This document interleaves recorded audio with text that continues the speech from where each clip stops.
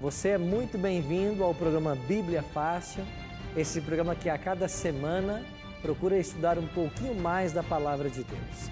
Estamos estudando mais uma vez o livro do Apocalipse e hoje vamos estudar 2 capítulos, os capítulos 5 e 6 de Apocalipse. Muito obrigado pela sua audiência, por você estar sintonizado nesse momento. Nós estamos nos estúdios da Novo Tempo, aqui em Jacareí, São Paulo, com um grupo de amigos que vieram de vários estados brasileiros para que ao longo dessas semanas nós aprendêssemos um pouquinho mais do livro do Apocalipse. E eu quero convidar você que está aí em casa a pegar a sua Bíblia e a participar desse estudo. Em cada capítulo que estamos estudando, estamos descobrindo um pouquinho mais das profecias e da vontade de Deus para as nossas vidas. Estamos entendendo de que a religião pura, a religião cristã, na sua vertente original, ela tem que crer somente no ensino da palavra de Deus. Nós temos que nos apegar exclusivamente à Bíblia, esse princípio que foi defendido na Reforma Protestante no século XVII. Somente as Escrituras. E nós vamos olhar para a Bíblia mais uma vez e buscar a direção do Espírito Santo para compreender o tema que agora vamos estudar. O tema dos capítulos 5 e 6, os 7 selos de Apocalipse. Vamos, antes de começar o estudo, fazer uma oração. Eu quero convidar você a participar desta oração, pedindo a bênção de Deus para o estudo que nós teremos agora. Amantíssimo Deus e bom Pai, muito obrigado por estarmos juntos mais uma vez para estudarmos a Tua Palavra. Queremos suplicar a Tua bênção sobre o estudo que nós teremos agora e que nós possamos compreender o que revela esse livro extraordinário do Apocalipse. Dai-nos a Tua bênção e a iluminação do Teu Espírito. É a nossa oração, em nome de Jesus. Amém. Tome sua Bíblia, Apocalipse, capítulos 5 e 6, e nós vamos aprender um pouquinho então sobre esses selos, a abertura dos selos do Apocalipse. Estão lembrados que na semana passada nós estudamos a respeito do trono de Deus? Lembram que nós vimos sobre o trono cercado de 4 seres viventes e 24 anciãos? Agora o capítulo 5, ele é a continuidade do capítulo 4. Então nós estamos ainda na segunda visão de João. E no capítulo 5, verso 1, João escreveu o seguinte: Vi na mão direita daquele que estava assentado no trono um livro escrito por dentro e por fora, de todo selado, com quantos selos? 7 selos. Então nós temos agora a visão de um livro selado com 7 selos. Quando falamos em selos, a visão que nós temos hoje é algo parecido com o que nós conhecemos. Você sela uma carta, sela um documento e então envia para as pessoas. A palavra livro, aqui no capítulo 5, a palavra biblion, grega, ela pode ser traduzida como rolo. E de fato esta é a melhor tradução. Então, o que estava na mão de Deus, porque é Deus que está no trono, é um rolo. E esse rolo, à medida que ele foi sendo enrolado, ele foi sendo selado em algum momento. Para se desenrolar, tem que se romper agora selo após selo. Se rompe um selo, se abre um pouco do rolo. Se rompe um segundo selo, se abre mais um pouco. Então esta é a ideia do livro selado. É um rolo que foi selado com 7 selos e ele, para ser desenrolado, ele tem que ser rompido a cada momento. Então o Apocalipse fala desse rolo misterioso que está nas mãos de Deus e ele estava todo selado, ou seja, o seu conteúdo não estava patente, não estava aberto ainda ao conhecimento de João. Sim, amigo? Este livro selado, a Apocalipse, a Bíblia diz quem o escreveu?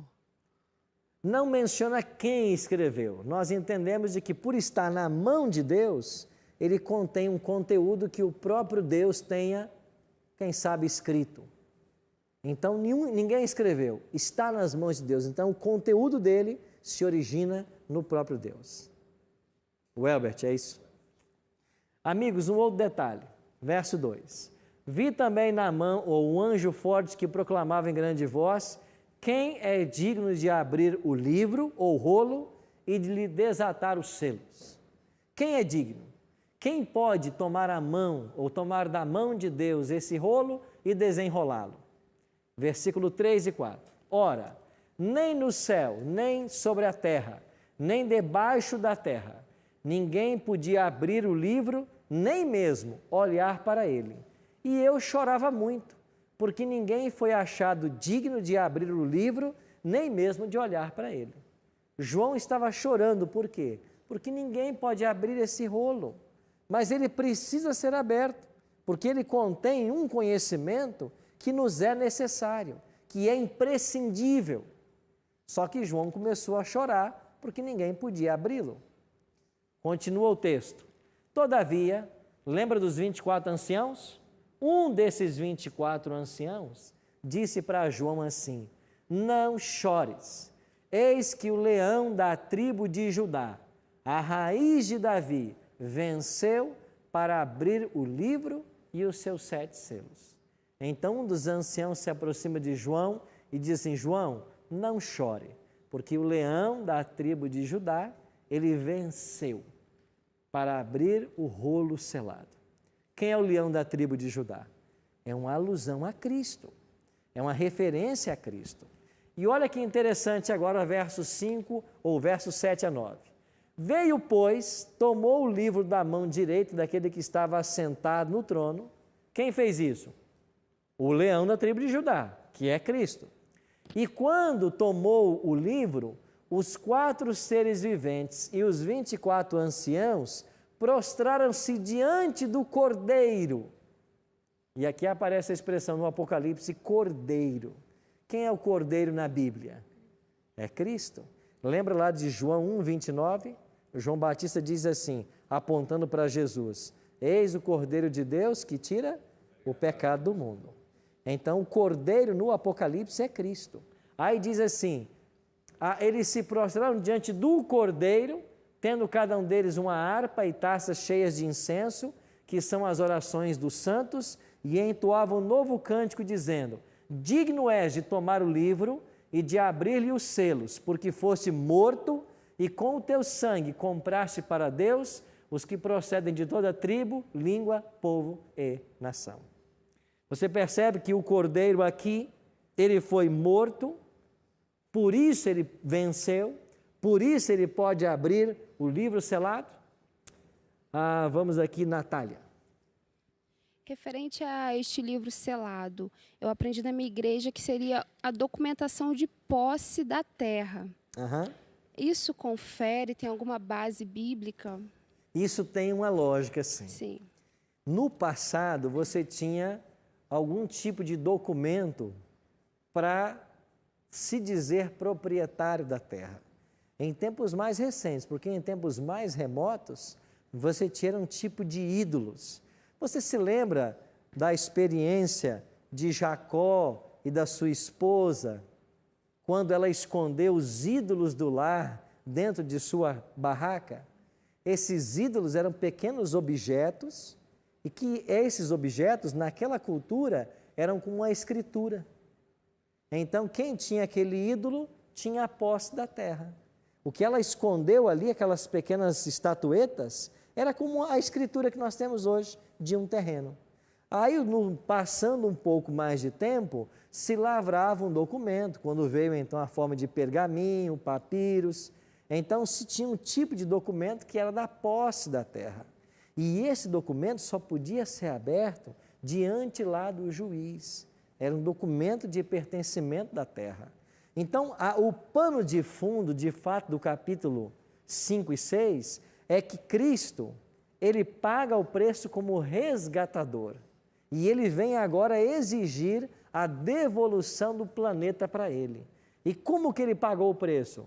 Porque foste morto. E com o teu sangue, aparece a expressão aqui agora, compraste. Ele está comprando de volta o planeta, que se perdeu pelas mãos de Lúcifer. Então tem sentido, esse é o background desse capítulo, certo? Então Cristo agora vem, toma o livro e eles louvam a Cristo dizendo: o Cordeiro é digno porque ele foi morto. E com o teu sangue você comprou para Deus os que procedem de toda a terra. Estão lembrados qual foi o motivo pelo qual Deus é louvado no capítulo 4? Porque Ele é o Criador. Agora no capítulo 5, Cristo é louvado porque Ele é o Redentor ou Salvador. Então, no capítulo 4 você tem uma liturgia, no capítulo 5 continua a liturgia, 2 cânticos. O primeiro louva a Ele porque Ele é Criador, o segundo louva porque Ele é Redentor, Salvador. São aspectos messiânicos. Cristo é o Criador, Cristo é o Redentor. E o que acontece agora? Ele disse que o leão da tribo de Judá havia vencido, né? Para tomar o livro selado. Mas quando João se volta para ver, ele vê o quê? Um cordeiro. Então Cristo é simbolizado no capítulo 5 como o leão da tribo de Judá e como o cordeiro de Deus. Perceba que há elementos diferentes simbolizando o mesmo Salvador. Como leão é o aspecto do seu reinado. Ele é rei, mas como cordeiro é o aspecto salvífico. Ele é quem morre. Então são aspectos da obra de Jesus. Ele morreu como cordeiro e ele voltará como o Rei dos Reis. Quando chegarmos a Apocalipse 19, nós vamos aprender também sobre a volta de Jesus, e lá diz que quando ele voltar, tem um nome escrito sobre a sua coxa, e esse nome é Rei dos Reis e Senhor dos Senhores. Então são aspectos que a Bíblia apresenta sobre Jesus Cristo. Caroline? Eu gostaria de saber se essas taças de ouro cheias de incenso têm algum significado. Tudo no Apocalipse se remonta ao Antigo Testamento. Então, onde se usavam essas taças cheias de incenso? No santuário e depois no templo, quando Salomão construiu. Então, no serviço diário, essas taças eram cheias de incenso. Incenso é um aroma suave. Você lembra que no santuário tinha lá um altar também, onde se queimava incenso? E por que havia necessidade de trazer incenso para dentro do santuário? Porque como parte do processo de expiação de pecados, quando o animal era sacrificado lá no pátio do santuário, parte do sangue vinha para dentro do santuário. E a parte desse sangue era molhada os chifres do altar de incenso, ou também respingado na cortina do templo. Então, havia um odor fétido dentro do santuário, por causa do sangue. Por isso se queimava incenso. Então, essas taças cheias de incenso, elas também são apresentadas nesse santuário, dentro dessa cena. Daí nós entendemos de que o santuário que João visita, aonde está o trono de Deus, que santuário é? É o santuário celestial. Não é o santuário terrestre. Quando João escreve Apocalipse, o santuário já havia sido destruído. Ele foi destruído no ano 70. 30 anos depois, João está escrevendo Apocalipse. E ele teve uma visão e foi para o céu, para o trono de Deus. Aonde está o trono de Deus? No santuário. Qual santuário? Celestial. Pastor, então existe um santuário no céu? Existe. E o santuário que existiu aqui na terra, ele era uma cópia do celestial. Então você, para entender como que funcionam as coisas no céu, você tem que entender como é que funcionava o santuário aqui na terra. E nós vamos voltar a esse tema mais vezes. Eduardo? Pastor, Deus criou o universo. E na reunião que ele fez, que consta na Bíblia, com os seres, né, todos os seres de Deus, né, e o representante da terra era o diabo. Sim, você está fazendo menção a Jó capítulo 1, né? E só depois, então, da salvação, né, com a morte de Cristo, é que o representante passou a ser Cristo. É isso? Com a morte dele, ele compra de volta, ele resgata aquilo que o diabo havia usurpado pelo engano. De fato, é isso mesmo. O domínio, porque quando Deus criou esse planeta Terra, ele deu esse domínio para quem? Adão e Eva. Ele disse, vocês terão domínio, vocês vão dominar sobre todas as criaturas. Mas quando a serpente enganou Adão e Eva, esse domínio passou para as mãos de quem? Para as mãos de Satanás. É por isso que Jesus falou assim, eu vi o príncipe desse mundo descer do céu como um relâmpago. Até Cristo chamou o diabo de príncipe desse mundo. Ele é príncipe, mas é por usurpação. Ele enganou Adão e Eva. Ele usurpou. Com isso ele levou o homem ao pecado. Agora Cristo veio pagar o preço do pecado para resgatar o planeta de volta. Então em Cristo nós temos uma segunda chance. E o pano de fundo para essa visão, de fato, é a compra da terra. É o resgate da terra. Ok? Vamos continuar vendo outros elementos do capítulo 4. Agora o cordeiro começa a abrir o livro selado. São quantos selos que haviam no livro? 7. Então, quando o cordeiro abre o primeiro selo, o que acontece? Verso 2.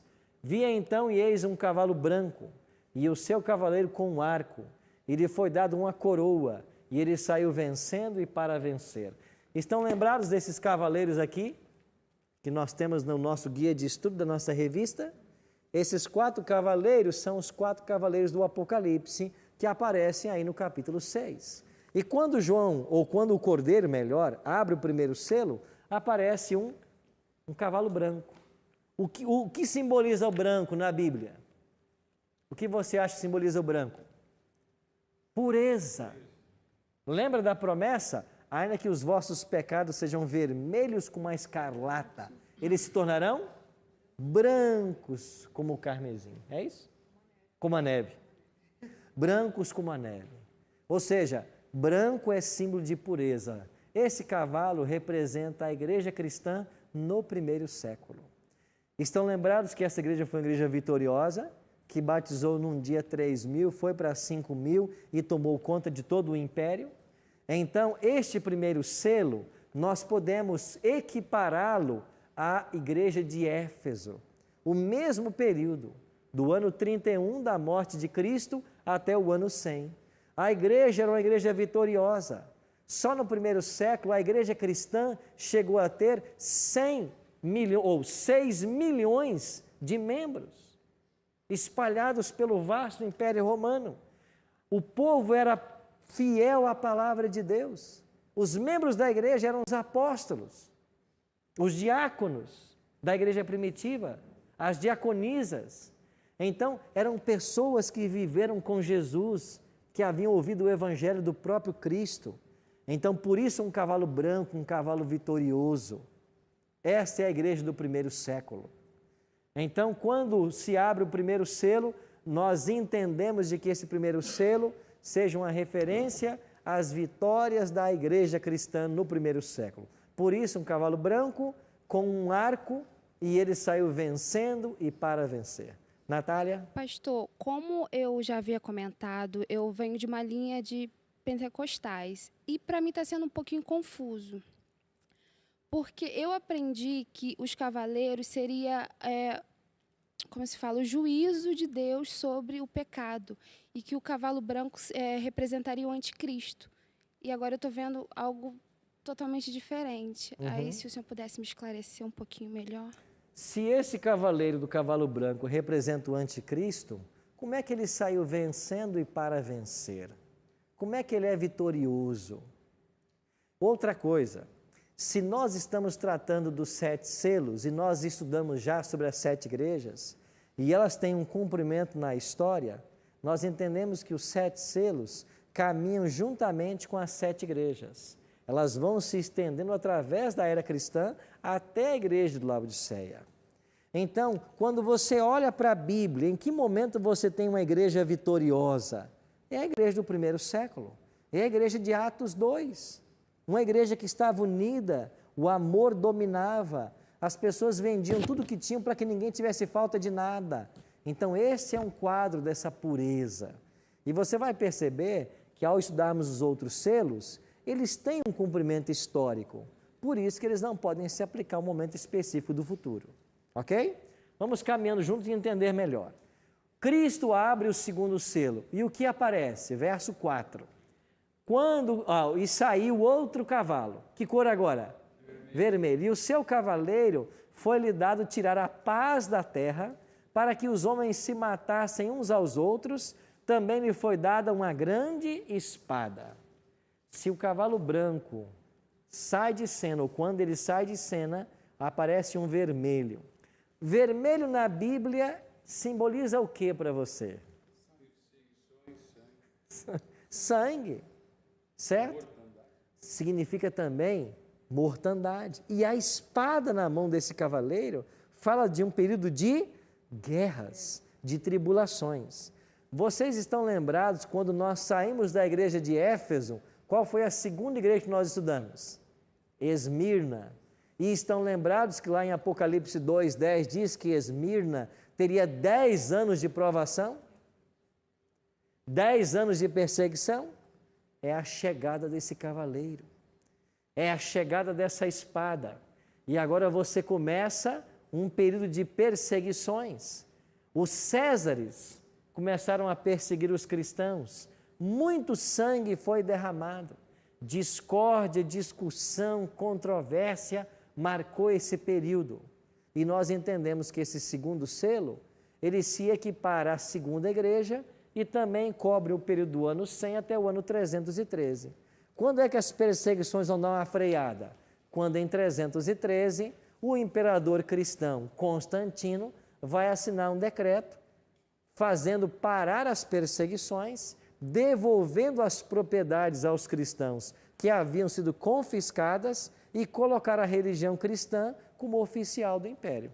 Nós iremos para o intervalo e quando voltarmos, vamos entender um pouquinho mais da abertura dos outros selos de mais 2 cavaleiros e em que momento da história nós estamos vivendo. Daqui a pouquinho voltamos.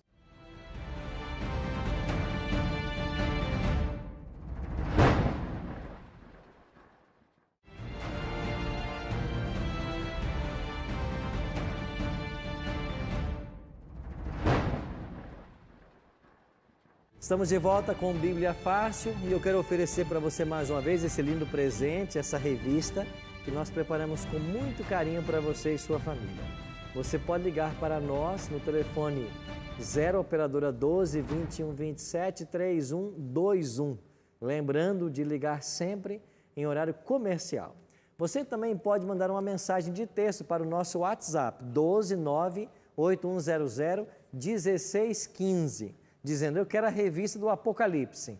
E aí você vai receber orientação de como enviar os seus dados para nós. Ou, se você preferir, acesse nossa página na internet, novotempo.com/Bíblia Fácil. E lá você também assiste todos os programas que já aconteceram, das semanas anteriores.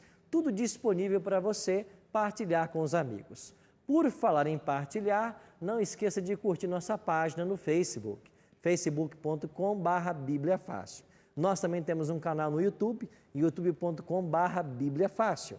E nesse canal no YouTube, quando você se inscreve, você vai receber em primeira mão vídeos que nós preparamos, além desses materiais que vão semanalmente ao ar. Então não deixe de se inscrever, youtube.com/Bíblia Fácil. Você ainda pode conhecer algumas fotos dos bastidores do programa no Instagram. O endereço certo é aqui, produtor, Instagram, @Bíblia Fácil, ok? Curta essas páginas e vamos divulgar o conhecimento da Palavra de Deus. Quando terminamos, em alguns instantes, a abertura do segundo selo, nós vimos que o cavalo vermelho simbolizava sangue. E agora aparece o terceiro cavaleiro. O terceiro selo é aberto. E o que João viu? Quando abriu, ele está falando do cordeiro, né? Quando o cordeiro abriu o terceiro selo, ou o terceiro ser vivente, dizendo, vem. Então vi e eis um cavalo preto, e o seu cavaleiro com uma balança na mão. E ouvi uma voz como que voz no meio dos 4 seres viventes, dizendo, 1 medida de trigo por 1 denário, e 3 medidas de cevada por 1 denário, e não danifiqueis o azeite e o vinho. Qual foi a cor do primeiro cavalo? Branco. E ele significava o quê? Pureza. Agora vem um cavalo preto. E ele significa o quê? Impureza. Corrupção. E esta balança na mão do cavaleiro A balança na Bíblia é usada como um símbolo do juízo divino. Ou seja, Deus teria que executar juízo porque a corrupção havia tomado conta de toda a nossa sociedade. A fé havia se corrompido e no período desse cavaleiro, o bispo de Roma começa a dominar e foi uma época de fome e miséria espiritual. José Luiz. Essa expressão aqui, não danifiqueis o azeite e o vinho, o que significa? Muito boa a sua pergunta. Lá diz, antes de dizer não danifiqueis o vinho e o azeite, tem 1 medida de trigo por 1 denário e 3 medidas de cevada por 1 denário.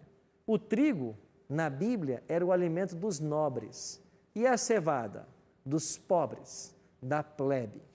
Só que você tem agora 1 medida de trigo por 1 denário e 3 de cevada por 1 denário. Ou seja, com o mesmo valor, você comprava pouco trigo e muita cevada. O trigo também na Bíblia é usado como símbolo dos cristãos fiéis.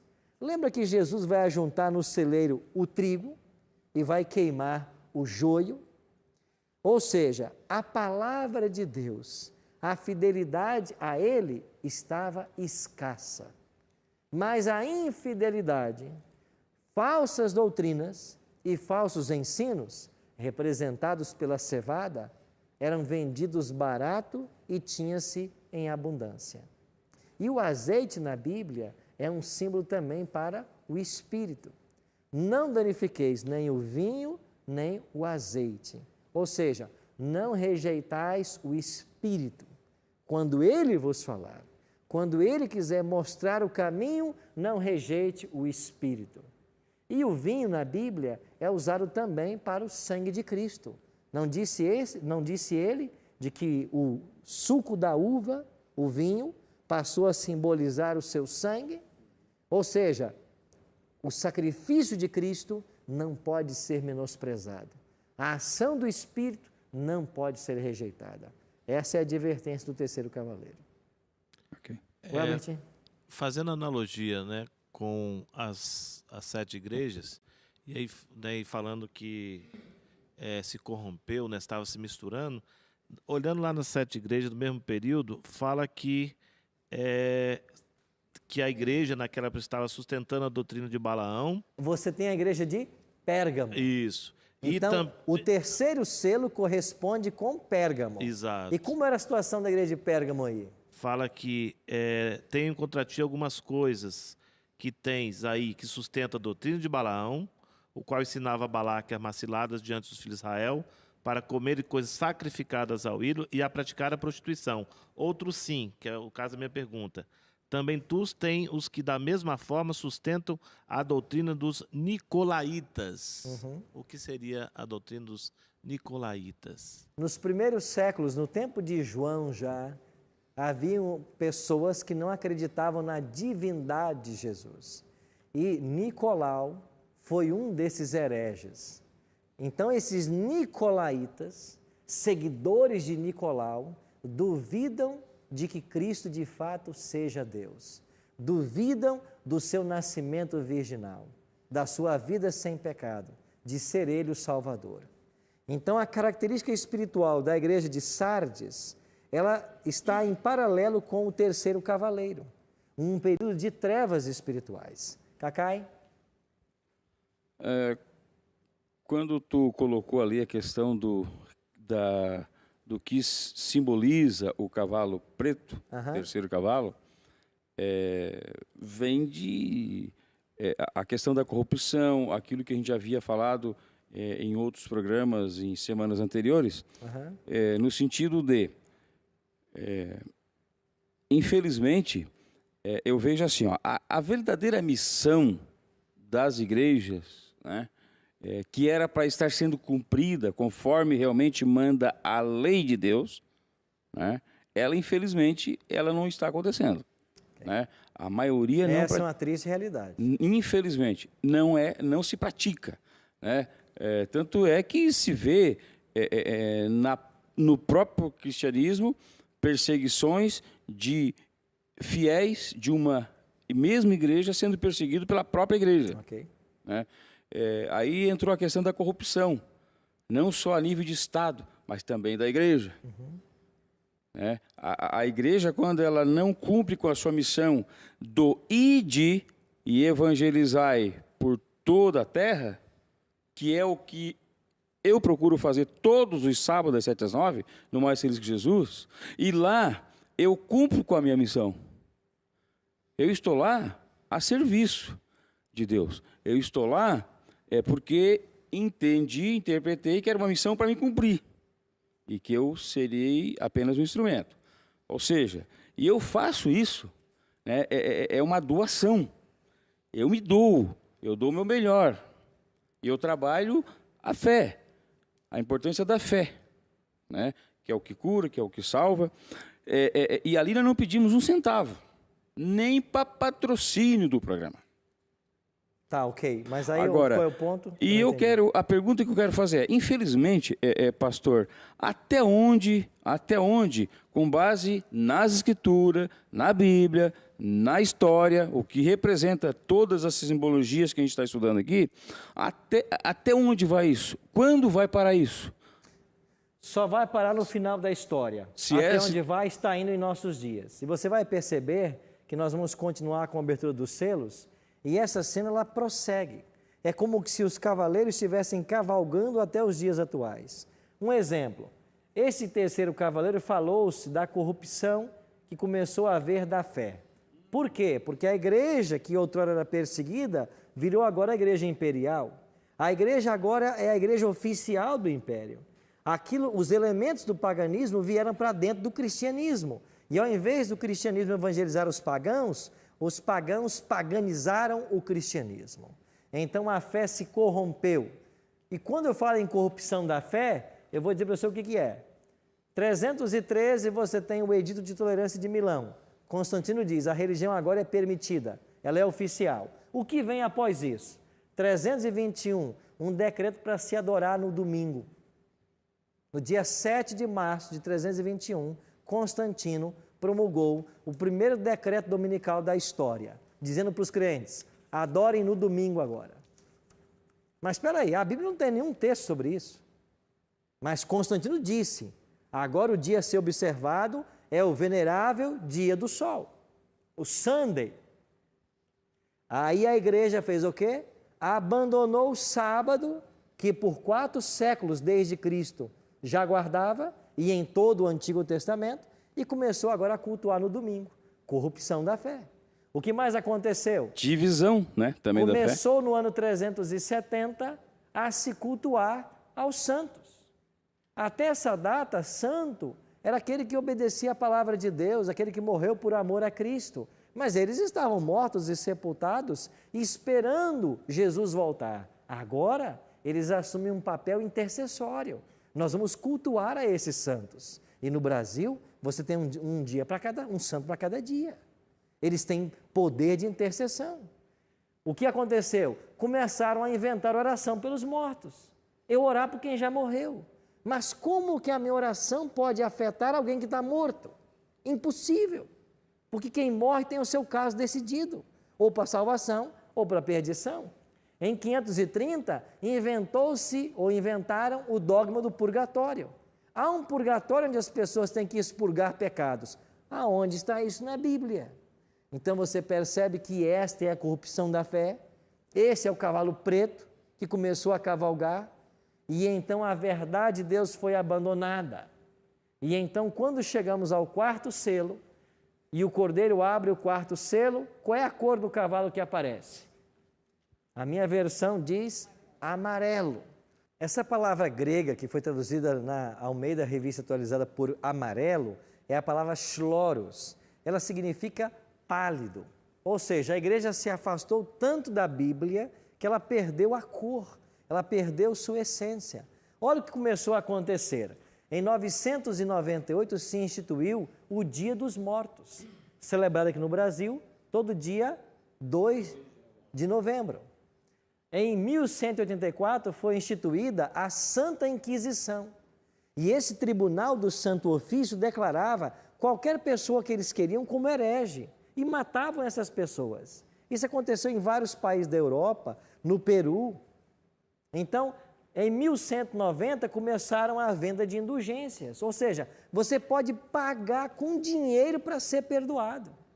E o que Lutero combateu severamente lá na porta do castelo de Wittenberg, no dia 31 de outubro de 1517, foi a venda de indulgências. Não tem nada a ver com justificação pela fé, o que ele pregou lá.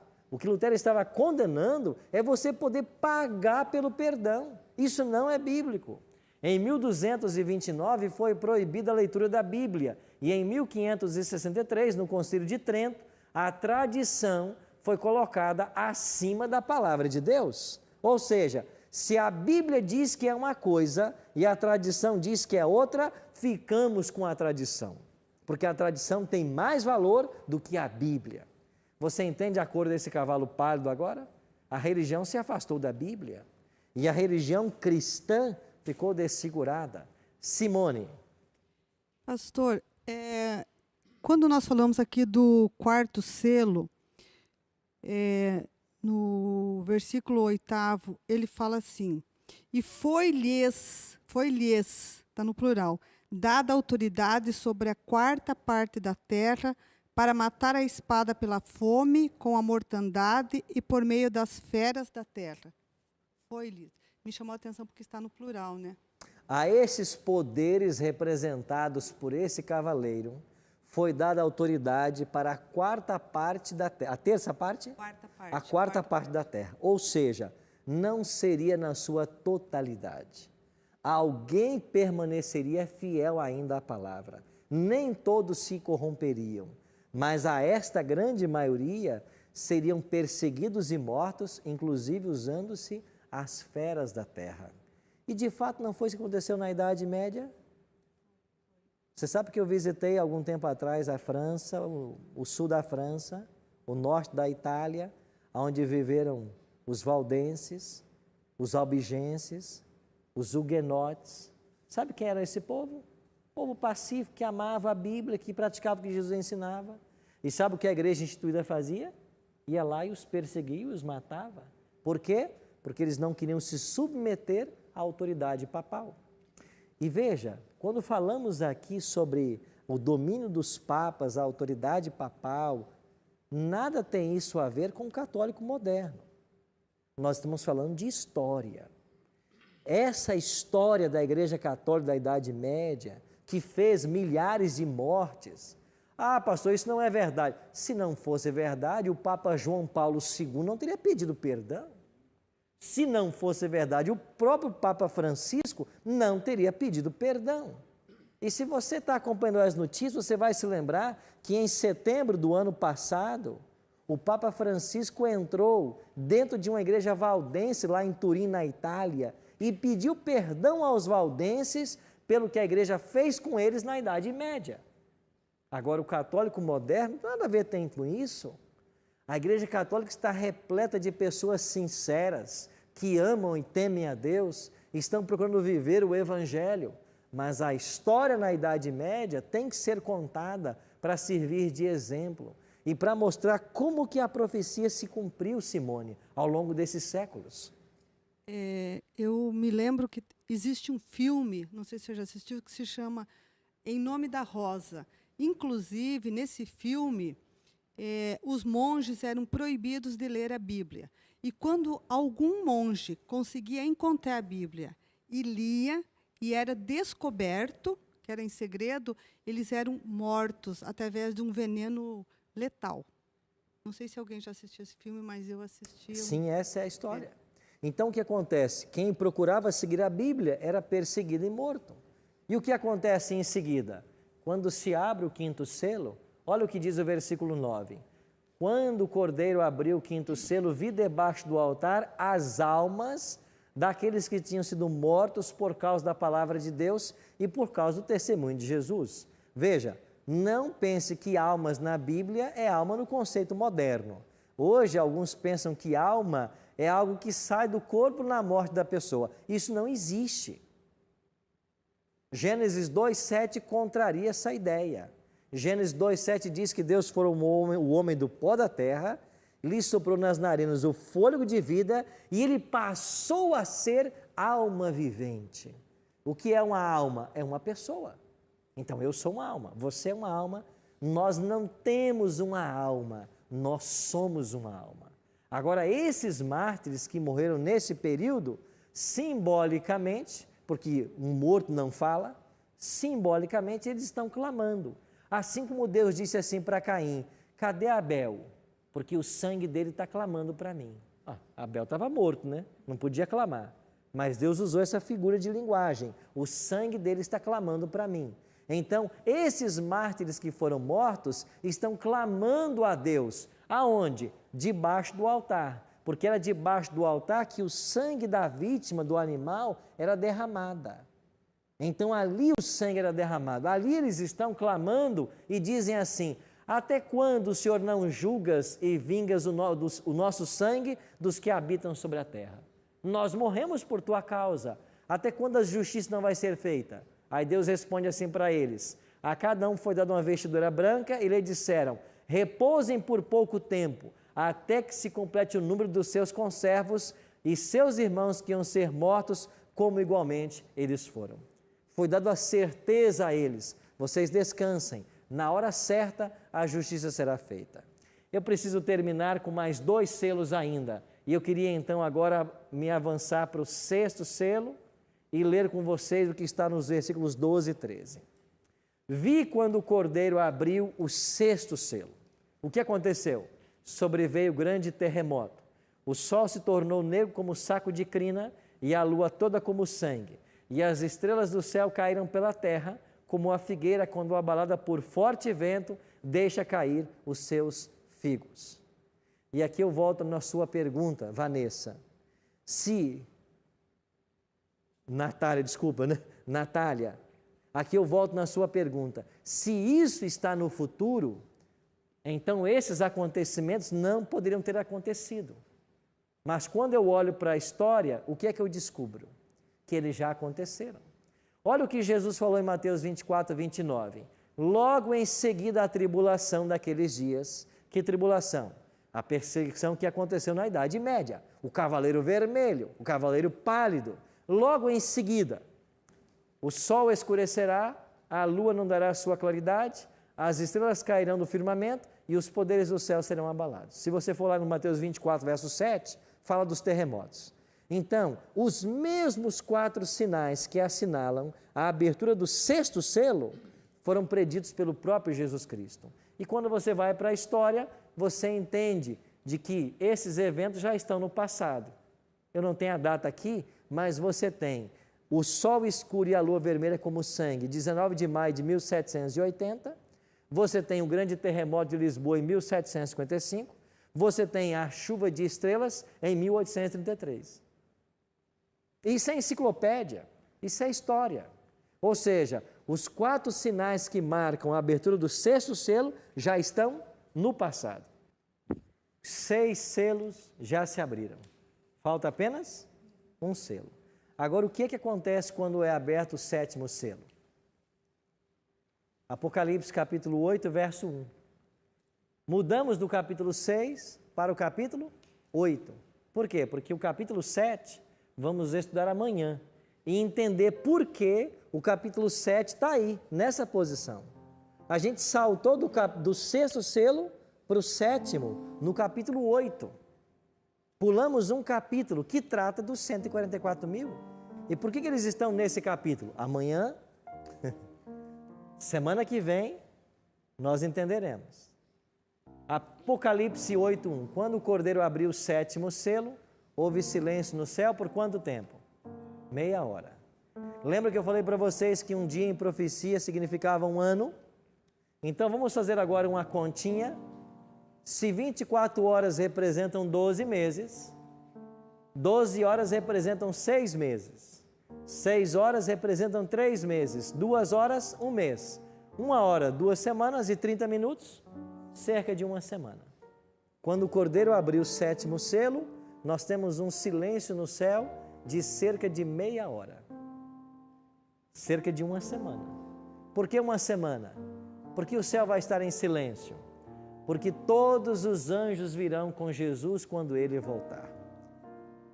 E por isso o céu vai estar em silêncio. Jesus falou em Mateus 24, quando vier o Filho do Homem na sua glória, e todos os anjos com ele. Por que o céu vai estar em silêncio? Porque não há ninguém no céu, porque ele veio com Jesus. Então a volta de Cristo está próxima. E quando se abrir o 7º selo, será a chegada de Jesus a essa terra. Por isso que todas as profecias da Bíblia apontam para a volta de Jesus. Esse tem que ser o tema mais pregado pelo cristianismo.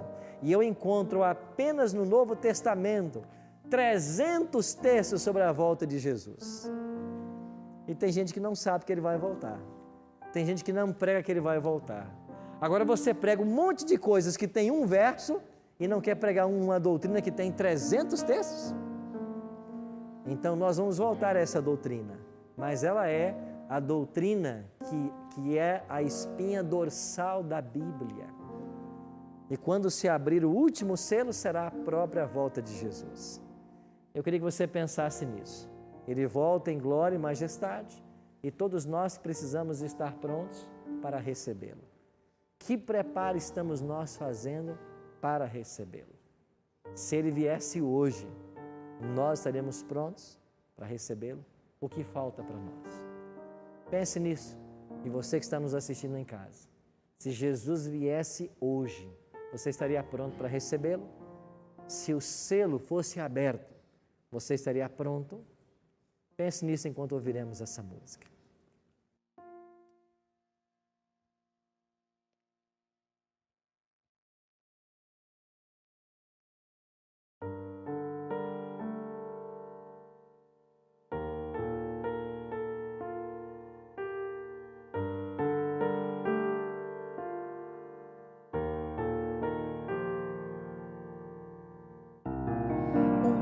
Solitária, escondida e assombrada pela dor, uma luz de esperança carrega ainda em seu peito, pois sabe que Jesus irá passar ali.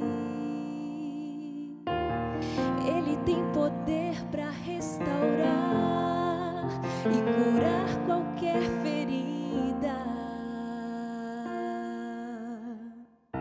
Por entre a multidão se arrastou e em seu último clamor tocou as vestes do Senhor.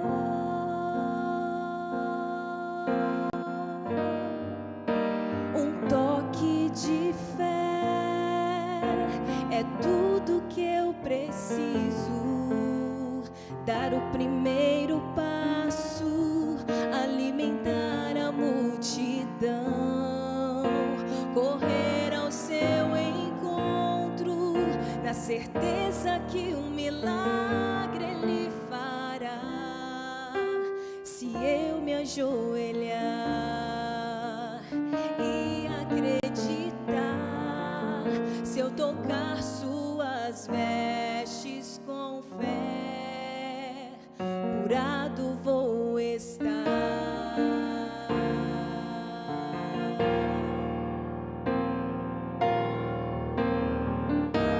Ele tem poder para restaurar e curar qualquer ferida.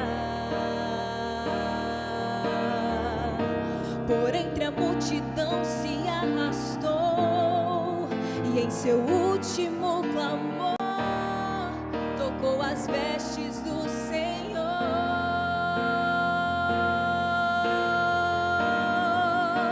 Um toque de fé é tudo que eu preciso. Dar o primeiro passo, alimentar a multidão, correr ao seu encontro, na certeza que um milagre Ele fará. Se eu me ajoelhar e acreditar, se eu tocar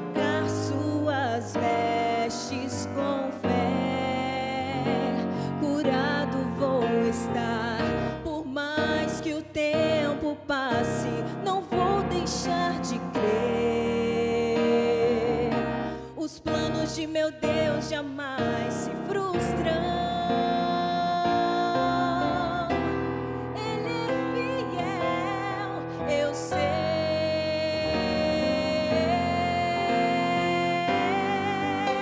Um passo de fé é tudo que eu preciso. Dar o primeiro passo, alimentar a multidão, correr ao seu encontro, na certeza que o milagre ele fará. Se eu me ajoelhar e acreditar, se eu me ajoelhar e acreditar, se eu tocar suas vestes com fé, curado vou estar.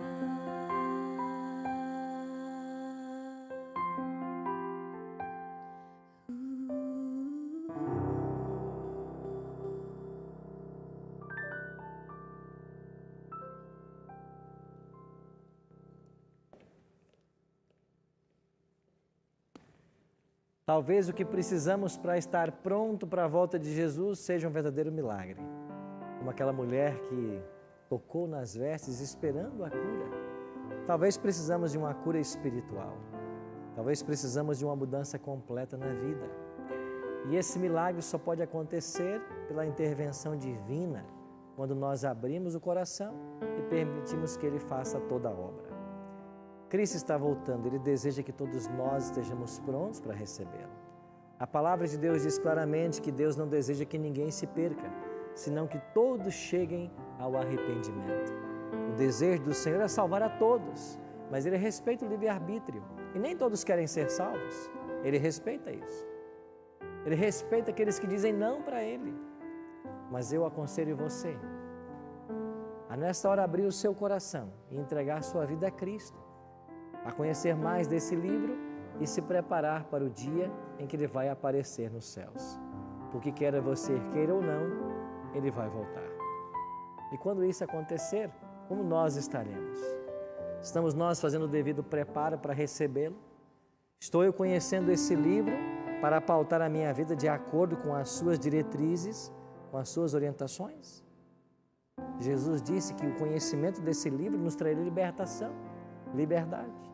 E nós vimos que a igreja, ao longo da história, foi privada desse livro, foi perseguida e morta por praticá-lo, mas as trevas tomaram conta da terra e se estendem até os nossos dias. E hoje nós temos um cristianismo destituído da palavra, onde cada um ensina o que quer, cada um funda a sua igreja, cada um faz o que bem entende. O convite para nós é voltarmos para a Bíblia, para sermos o povo da Bíblia, que pratica só o que esse livro ensina. Por isso, vamos continuar aprendendo da palavra de Deus. E cada verdade que for sendo descortinada perante nossos olhos, vamos ter a humildade para que o Espírito nos dirija na prática desse ensino. Eu quero orar por você agora. Pai Santo, obrigado pela Tua promessa de que em breve voltarás a essa terra em glória e majestade. Obrigado porque 6 selos já se abriram. Falta apenas um selo ser aberto. E quando ele o for, nós veremos Cristo voltar em glória e majestade. Ajuda-nos no nosso preparo para esse glorioso dia. Abençoe a todos nós que estamos aqui no estúdio da Novo Tempo e aos amigos que de casa nos acompanham. Que como uma grande família nos preparemos para o Teu regresso. Esta é a nossa oração, em nome e por amor de Jesus. Amém. Pulamos o capítulo 7 e semana que vem você vai entender por quê, porque nós vamos aprender sobre os 144.000. Eu te espero. Até lá.